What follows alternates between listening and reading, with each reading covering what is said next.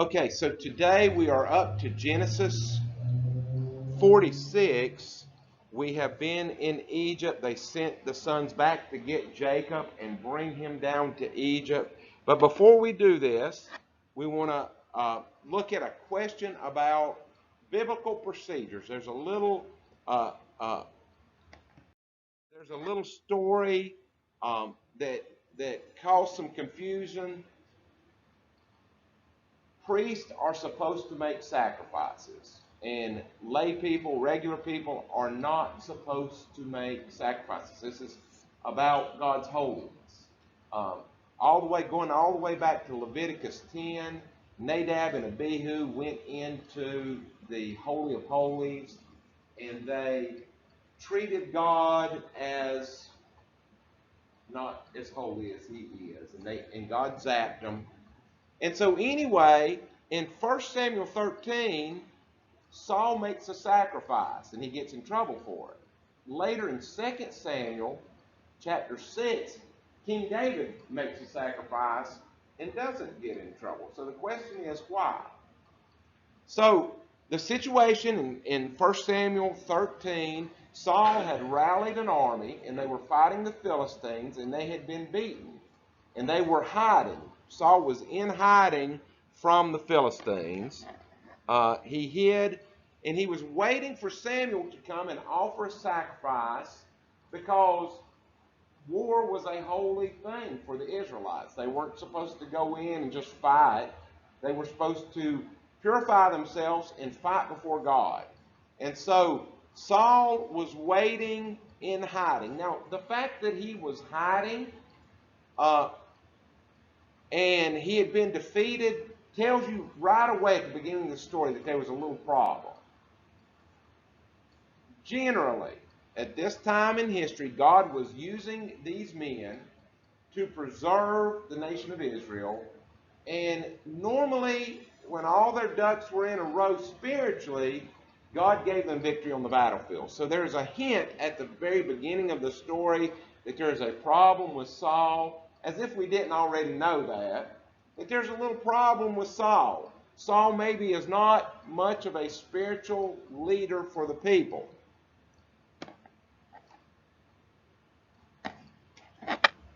After 7 days, and always the numbers have some significance, 7 days is a week. That's a completed cycle of days. That means he waited all he was going to wait. He waited 7 days, completed cycle. He got impatient. He was waiting for the priest prophet to come and offer a sacrifice. He was waiting for God, in another manner of speaking, and he got impatient. Now, what do you think is going to happen? Is it okay? Because life is tough. Is it okay for us to get impatient with God? Now, it's inevitable, sure.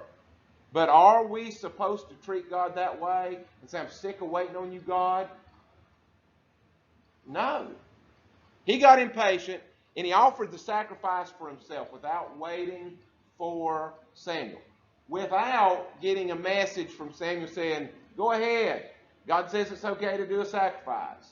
On his own initiative, he decides, you know what, I'm going to offer a sacrifice. Even though Samuel had told him specifically, don't do it. How do we know that? Well, just as soon as he makes the sacrifice, Samuel comes up and says, what have you done? He said in 1 Samuel 13 and 15, how foolish. You have not kept the command of Yahweh, your God, that your God gave you. Had you kept it, and I think really he's talking about more than just this one incident. This was the straw on the camel's back. This incident of him getting impatient on God and taking care of business himself was indicative of everything that we've learned about Saul up to this point. If you had been obedient to God, if you were an obedient person, Saul, Yahweh would have set your kingdom, your family, over Israel forever. Now, your kingdom must end. Because you have done this thing, because you were impatient with God and did what Samuel told you not to do, your kingdom must end. For Yahweh has sought out a man after his own heart. Now that's a complex phrase, a man after God's own heart. We can sort of feel that. We all have a sort of an idea what that means, but I think it's a loaded term. There's a lot more to it than we usually think. Yahweh has already appointed this man after his own heart, leader of his people, because you have not kept the Lord's command. Now, what does it mean to be a leader of God's people? Is it as simple as a preacher? Am I everything that God wanted in an Old Testament leader? Don't answer the question. Certainly I'm not. But it's a broad range that God wanted from the ideal leader. It's more than just be a king. Now remember, when we say king in Old Testament, we're talking about a military general. But even that is a little bit confusing, because we know that generals stay in the command in the back and get reports on the battle and send out information. That's not true in the Old Testament. In the Old Testament, the general who made the battle plan was out front knocking heads together. He was the biggest man usually, the best warrior, and he was out there fighting with the people. But it was more than just being a tough guy. Also, to be a leader, God wanted you to be a priest who could ideally administer the spiritual rights to the people. Not only a priest, but he expected him to be a prophet too, a person who was in communion with God and listened to God. Faye? Earlier, God had told Saul to wipe out the Amalekites, remember? Yeah, Amalekites, yeah. He let some of them leave. Right, because they had money. In the book of Esther, old Haman was a descendant of those Amalekites. Right. And that's what caused that. Yeah, there's a long history. He was repeatedly disobedient to God, and when he dealt with the people, he was a bully. He bullied his people, and he was impatient with God. So what is God looking for? Later, when we know that the one appointed already was King David, when David was king in 1 Samuel 4:10, later David was king. David was the king that fulfilled this. But way before David, in 1 Samuel 4:11, the ark had been captured by the Philistines. It had been captured because Eli, who was the judge of Israel, and again, a judge is supposed to be a general, a priest, and a prophet. Eli did a poor job. Eli had sons that did apostasy. And we should know by now, in looking at Genesis, that if the sons are acting wickedly, the old man was not doing his business well either. Always the sons reflect the father. They had kept at this point where David goes to get the ark, it had been captured for 7 months. David spoke with Yahweh continually. As you read through the narrative, the stories leading up to the regaining the ark, he'd say, what should we do? In the story right before it, he's fighting the Philistines.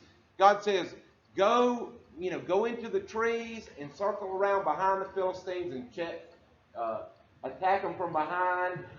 David did what God instructed and won a great victory. And so he was in close contact with God, always praying. David went to get the ark, and he dressed in priestly clothing, in an ephod. And so, in that story, they went to get the ark. Now, there's a lot of speculation about this story. God had prescribed for the Israelites to carry the ark on poles. I think one of the big problems, one reason that that's Uzziah getting zapped. They put it up on an ox cart. That's the way the Philistines carried the ark. That was the modern way. Why carry it on poles when we got wheels and the oxen can do the work? That was modern. And the ark started to tip over, and Uzziah put his hand up. God was not pleased with the Israelites, most likely because of the way they were carrying the ark. But it's not explicitly said. And Uzziah touched the ark and was zapped. And what did David do? Immediately, David shut down operations.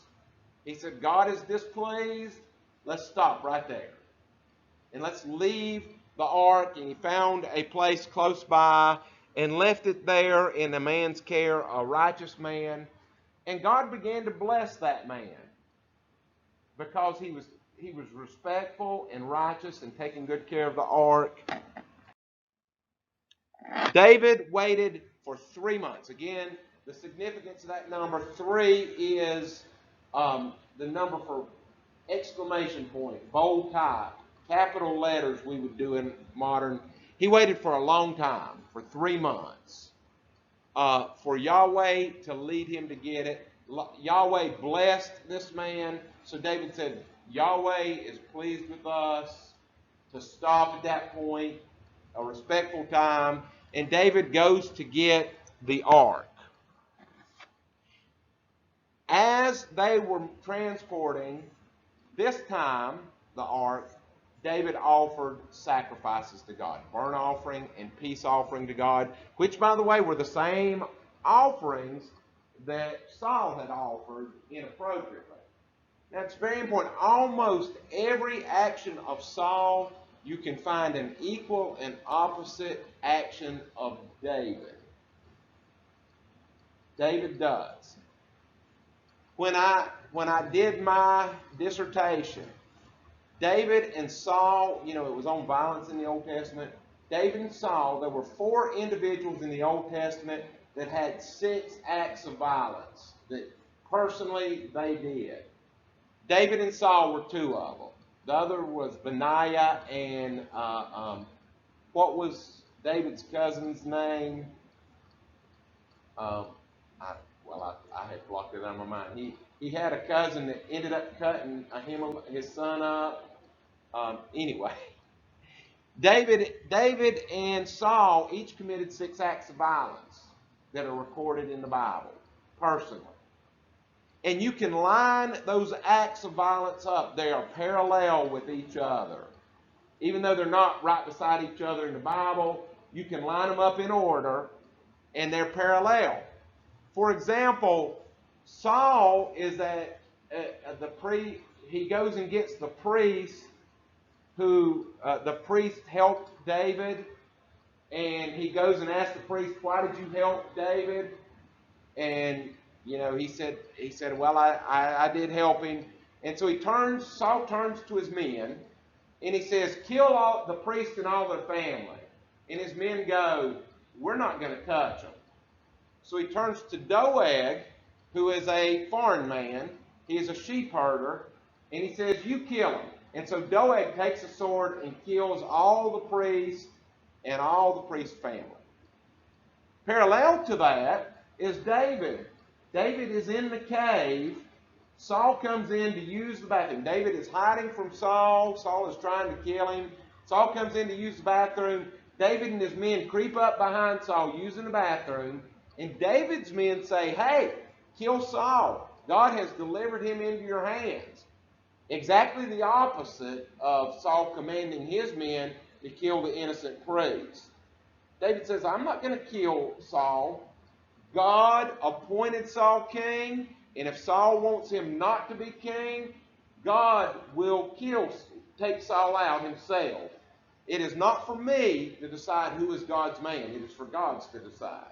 And those are parallel incidences that show a difference, a contrast between David, who was a man after God's heart, and Saul.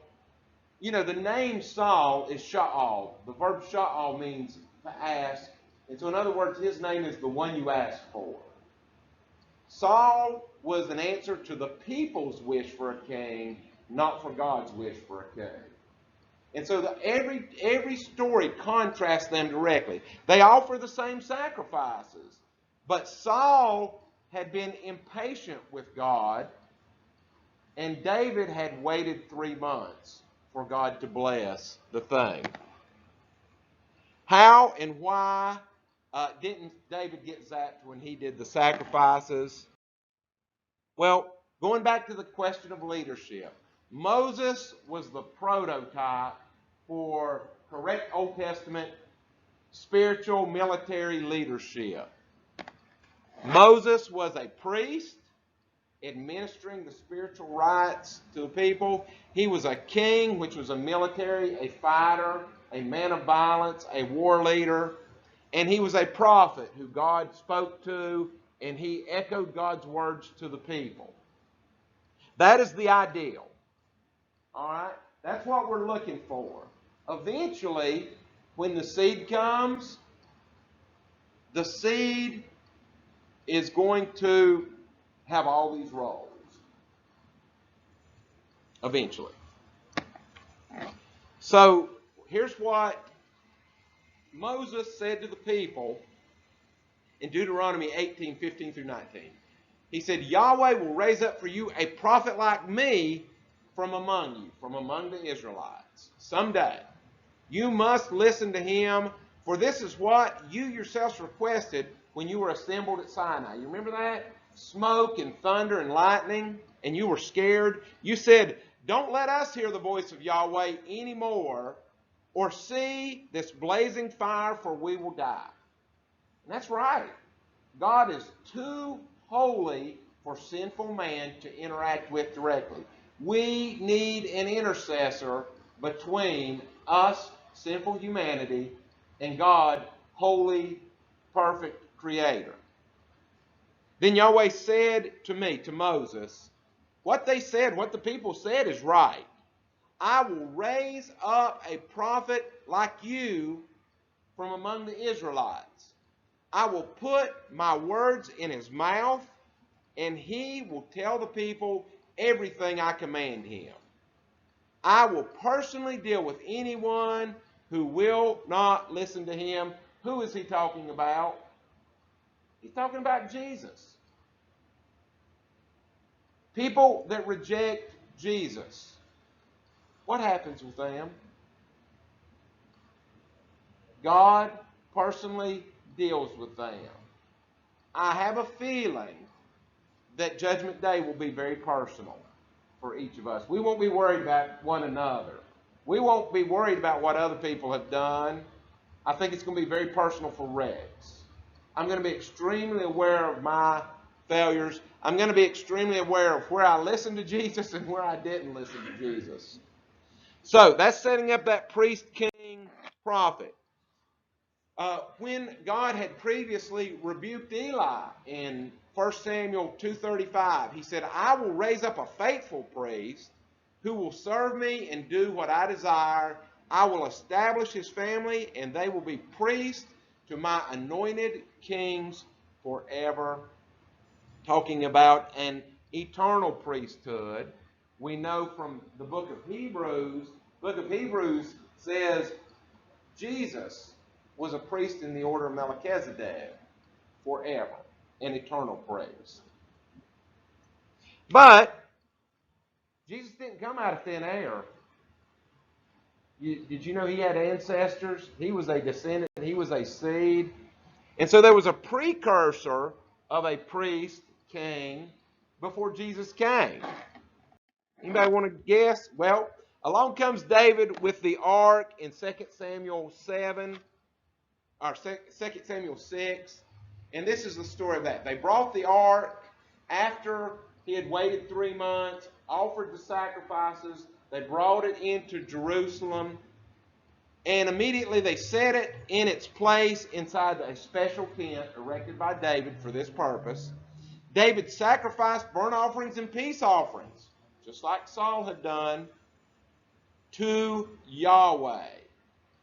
When he finished, he blessed the people in the name of Yahweh. Later, David danced in an ephod, and he stripped down his ephod to just his undies.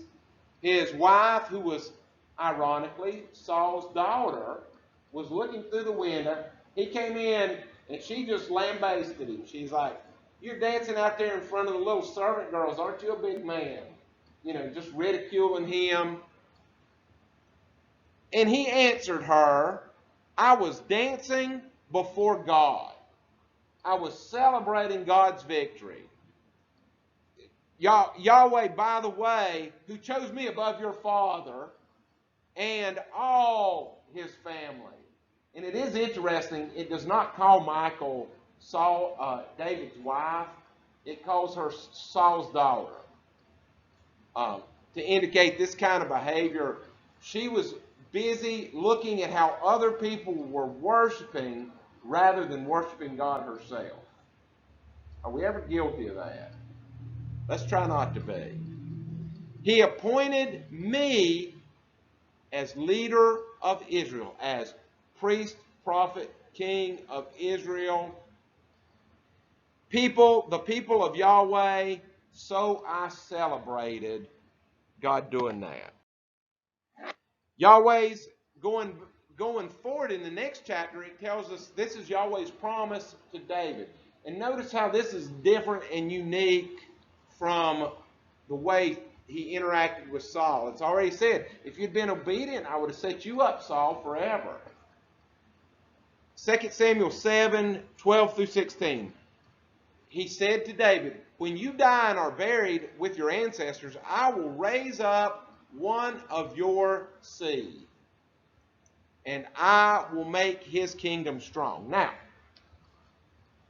this is prophecy. We're reading prophecy here. And as I've always said, prophecy has a short-term, normally, has a short-term fulfillment, a long-term fulfillment, and very often a fulfillment that reaches to the end of time. That's just the way prophecy, because God is looking out across all time. And so prophecy is usually layered. Most people take this to be talking about Solomon when he talks about your seed. However, when you look at the things that God promises, Solomon's family does not fulfill everything on here. So God must have not realized that it wasn't going to go through Solomon. No. Solomon is a short-term fulfillment of this prophecy, but the descendant Jesus is the one who takes us to Judgment Day, takes this prophecy to Judgment Day. So one of your seed will make the kingdom strong. He is the one who will build a house, a temple for my name. Now, yeah, Solomon did that. Solomon's temple got torn down. What did Jesus say? So Solomon's temple was the first temple, and it was torn down. They were taken into captivity. So it wasn't an eternal temple. They came back from captivity in Babylon. They built another temple. And it was raggedy. It was a sorry, raggedy, red-headed, cross-eyed stepchild temple compared to Solomon's. And it survived until Herod came along. Herod, by the time of Jesus, had rejuvenated it much closer to Solomon's. But even that one was about to get torn down. When Jesus came along, what did Jesus say about the temple? It's going to get torn down. But what's going to happen to it? Faith?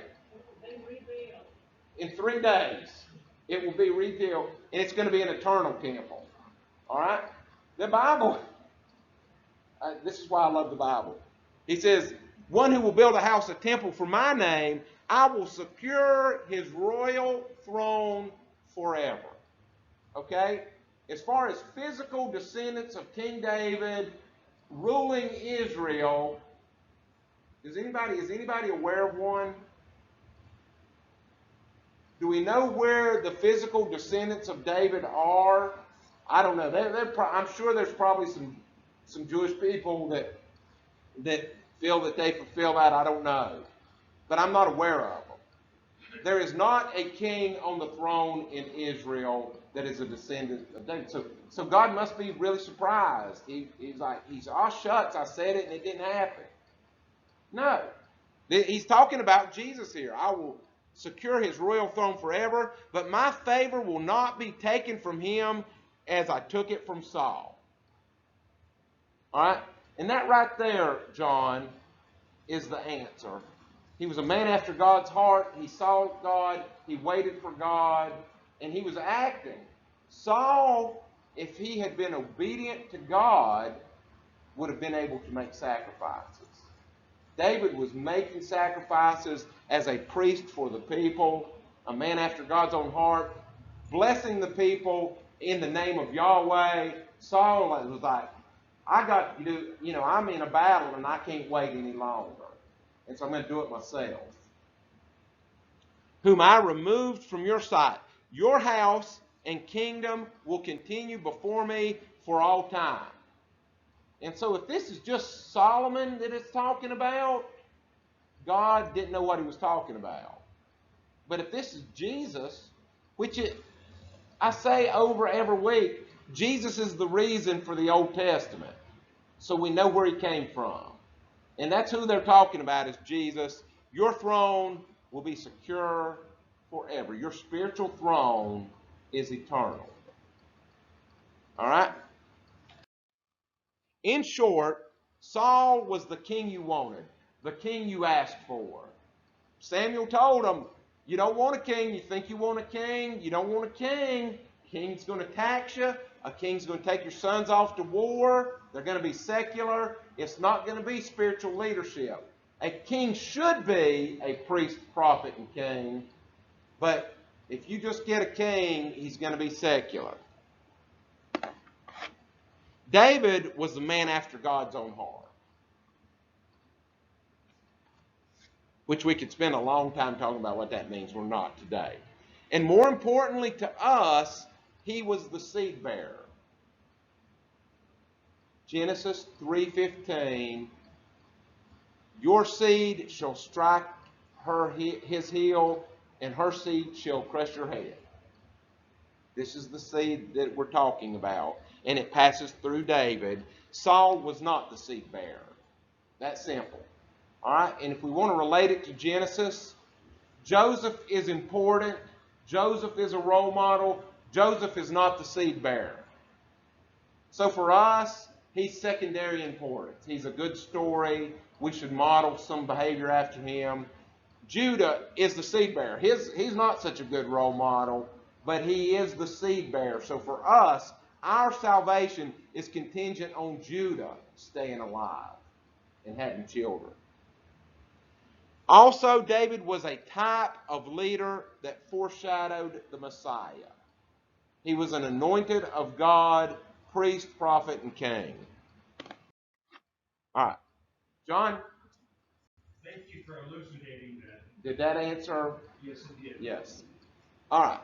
So, now let's get after Jacob. Jacob is going down to Egypt, Genesis 46. There is a map.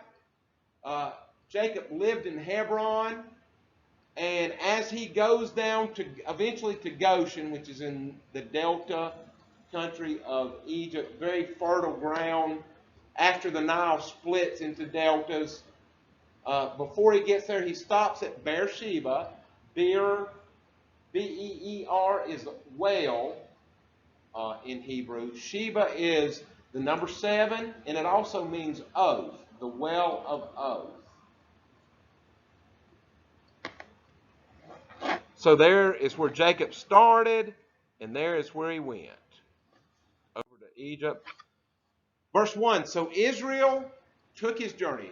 Israel is the new name for Jacob, with all that he had, and came to Beersheba, the well of oath, and offered sacrifices to God his father Isaac, the God of his father Isaac.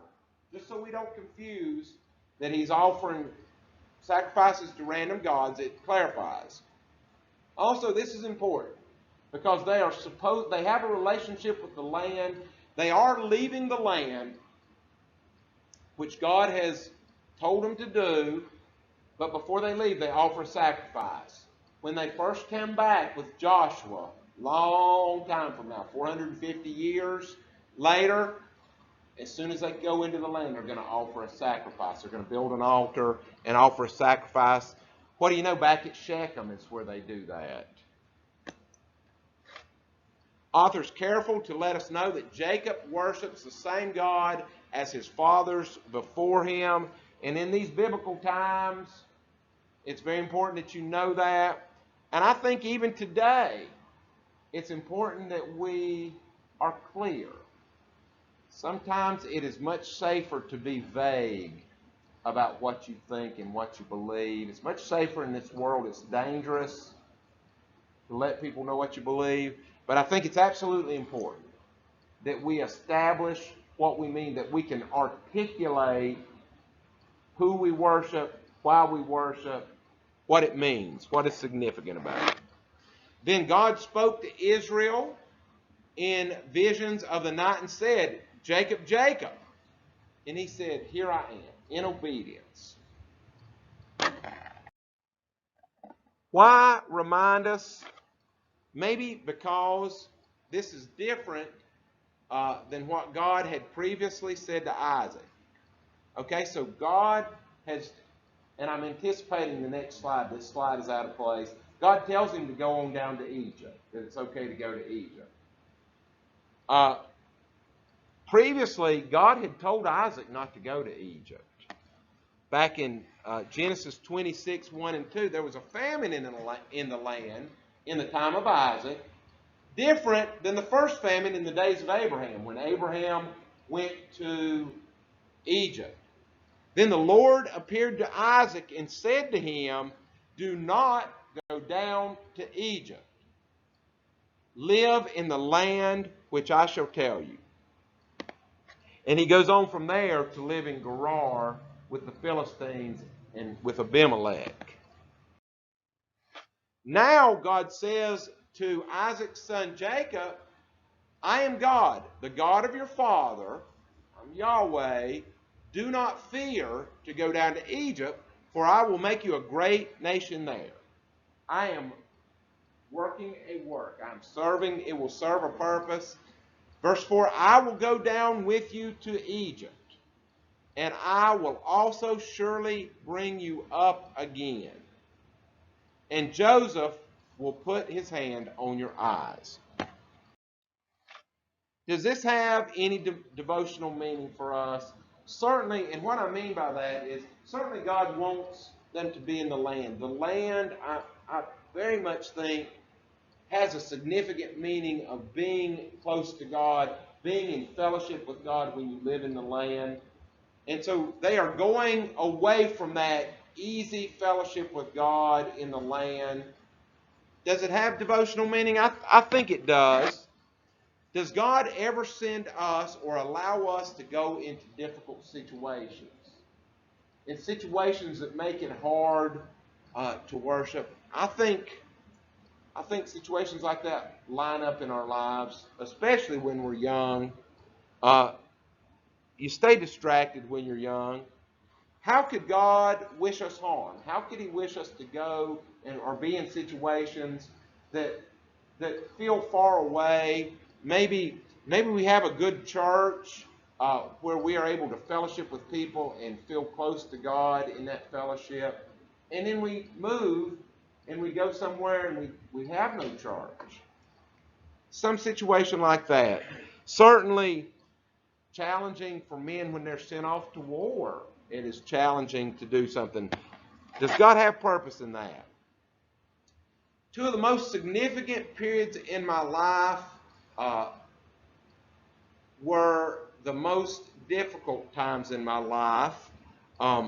One is not so much geographical, it's just the period of time that I was in rebellion against God. God has used that time, that was an extended period. I was in my 20s. God has used that throughout, I say during my ministry, throughout my life as a testimony of his faithfulness.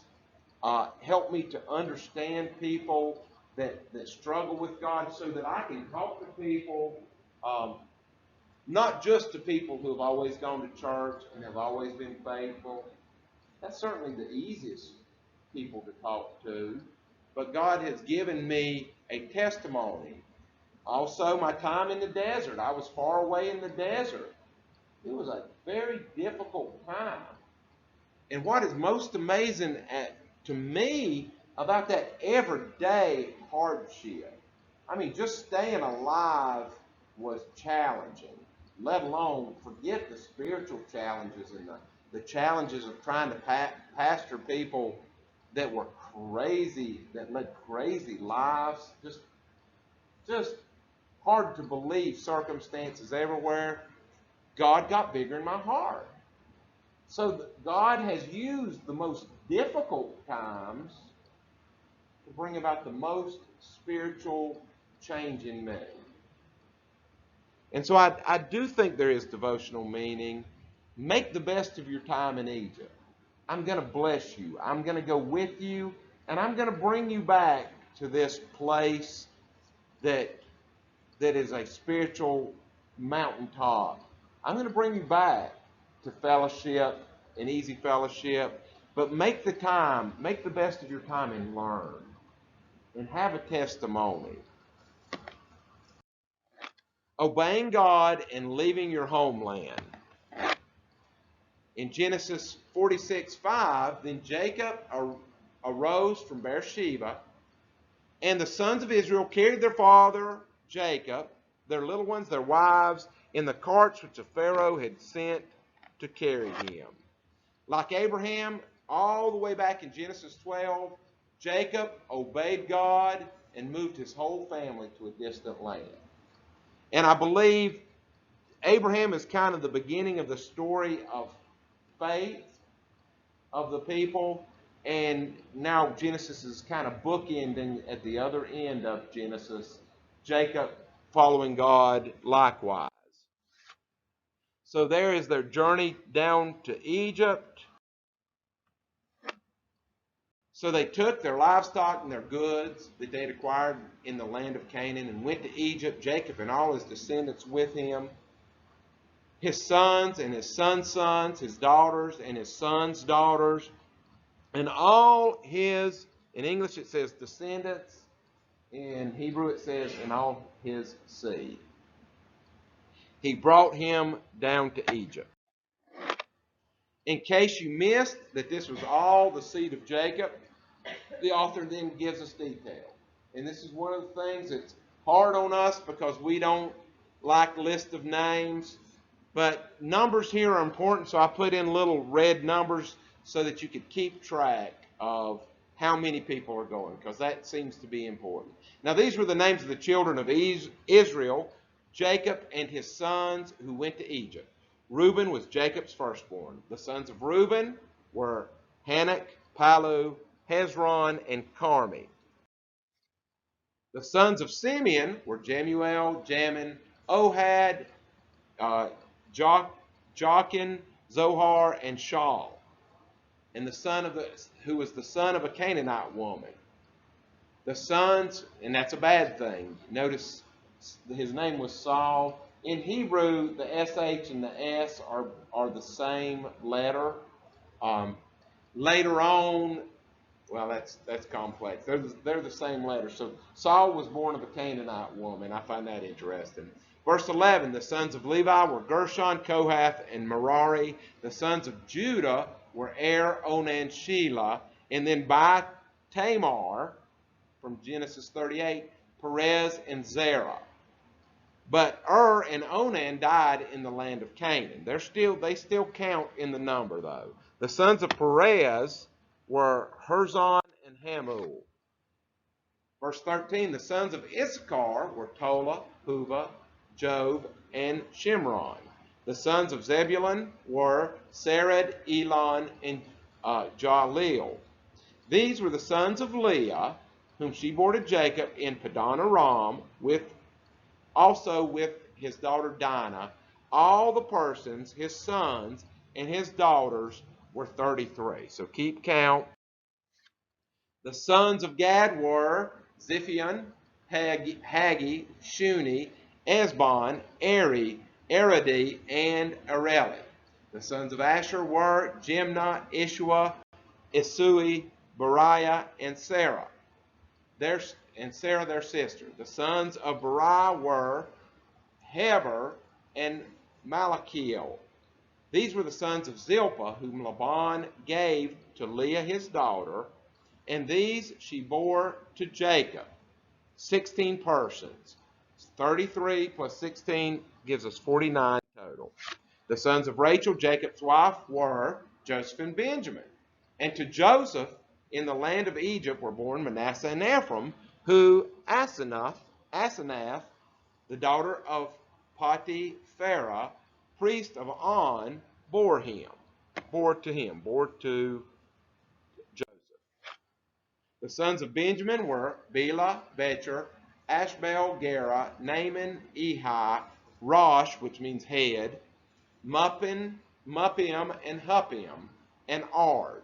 These were the sons of Rachel who were born to Jacob, 14 persons in all. We're now up to 63. Verse 23, the son of Dan was Hushim. The sons of Naphtali were Jahzeel, Guni, Jezer, and Shalem.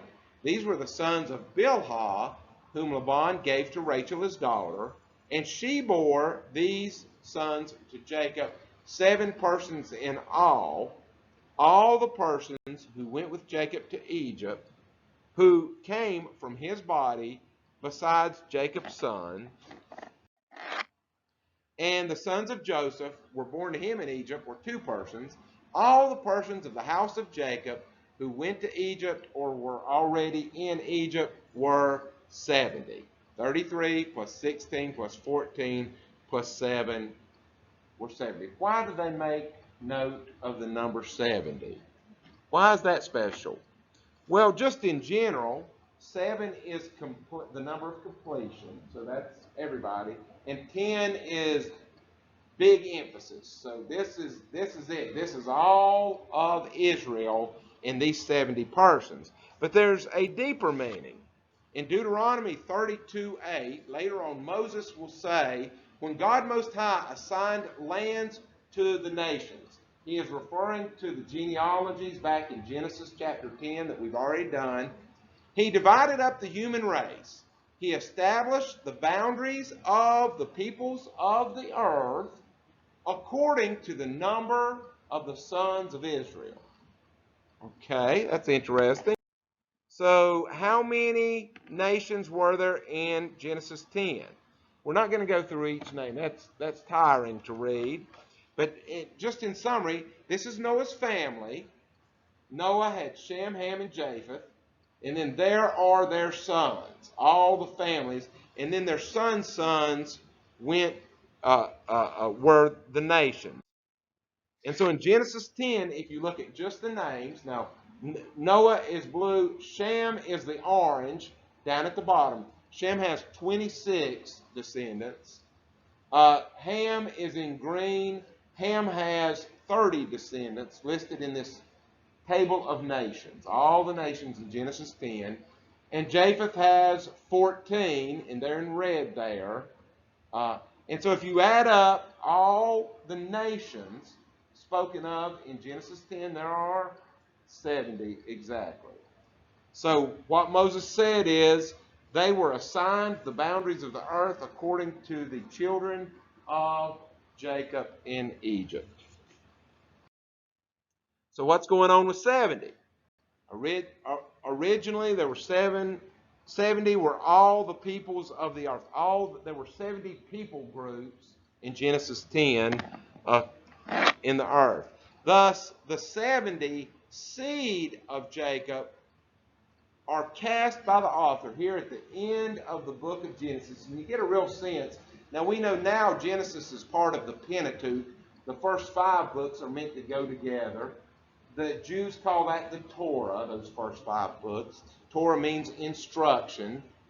But originally, Genesis, I think the author was intending it to be a standalone book because the book begins with the 70 nations and now ends with the reborn world the 70 of faith, the seed of Jacob at the end.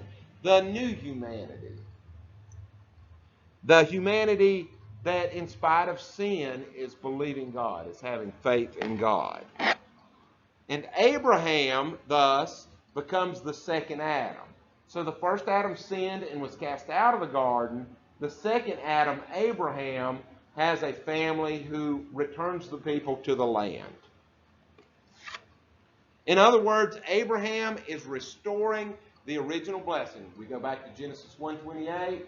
Spread out, fill the land, be fruitful and multiply. I wish for you to have life and life abundantly. He is restoring that original blessing through faith that Adam had forfeited by sinning to God, against God.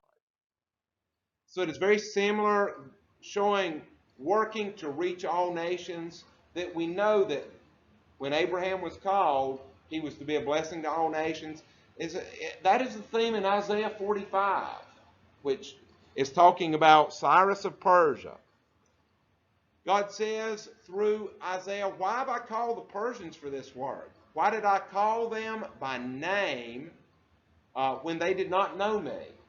Why did I call Cyrus when he did not know me?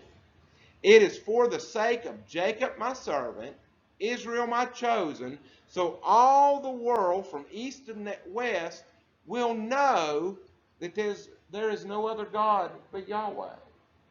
So I'm working through the Israelites so that the whole world will know that I'm God. Down in verse 13, I will raise up Cyrus to fulfill my righteous purpose. It says, even though he doesn't know me, even though Cyrus is not a believer, I'm using Cyrus to bring about my purpose. I will guide his actions.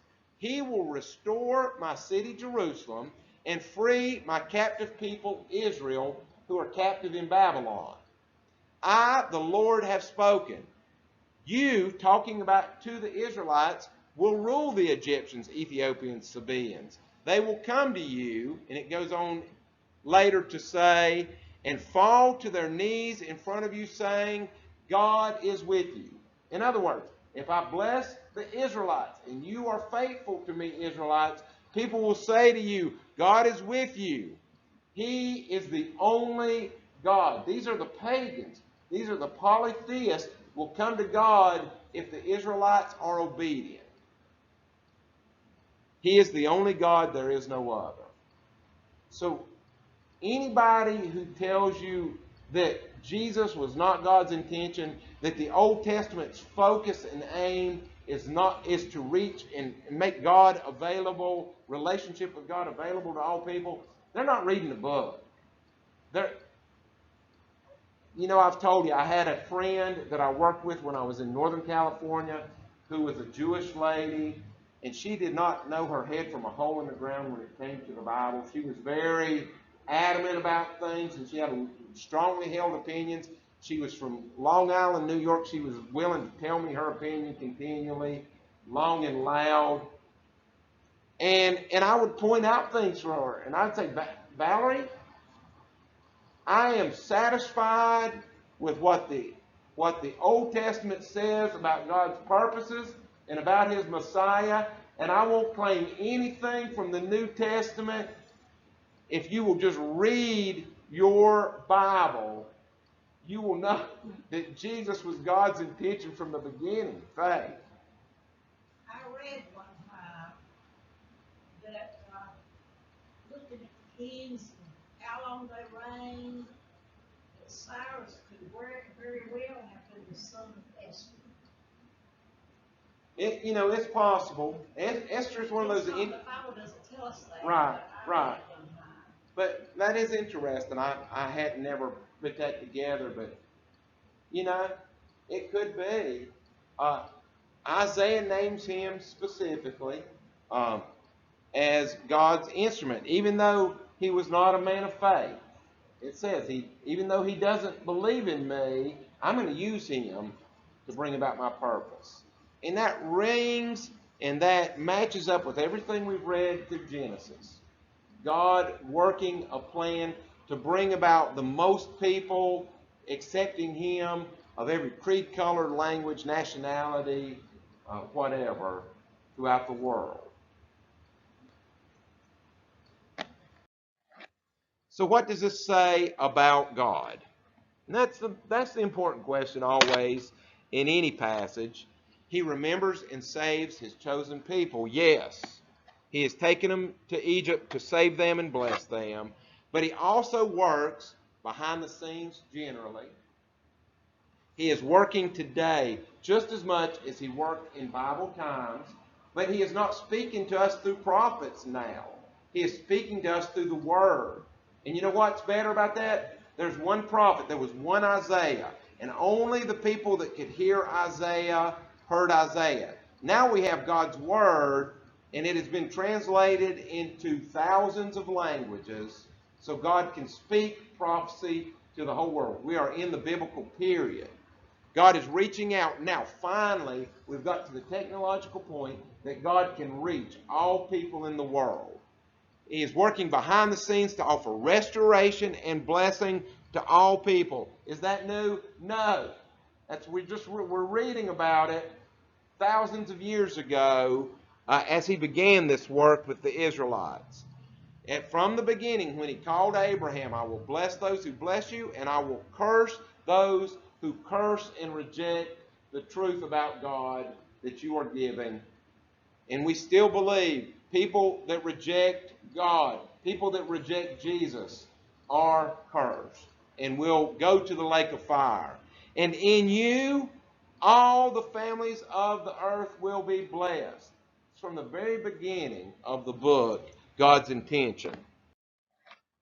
God will bless Israel in Egypt. We go on in chapter 46, but we'll jump ahead to Exodus 1, 5 through 7. In all, Jacob had 70 descendants. Still talking about that number.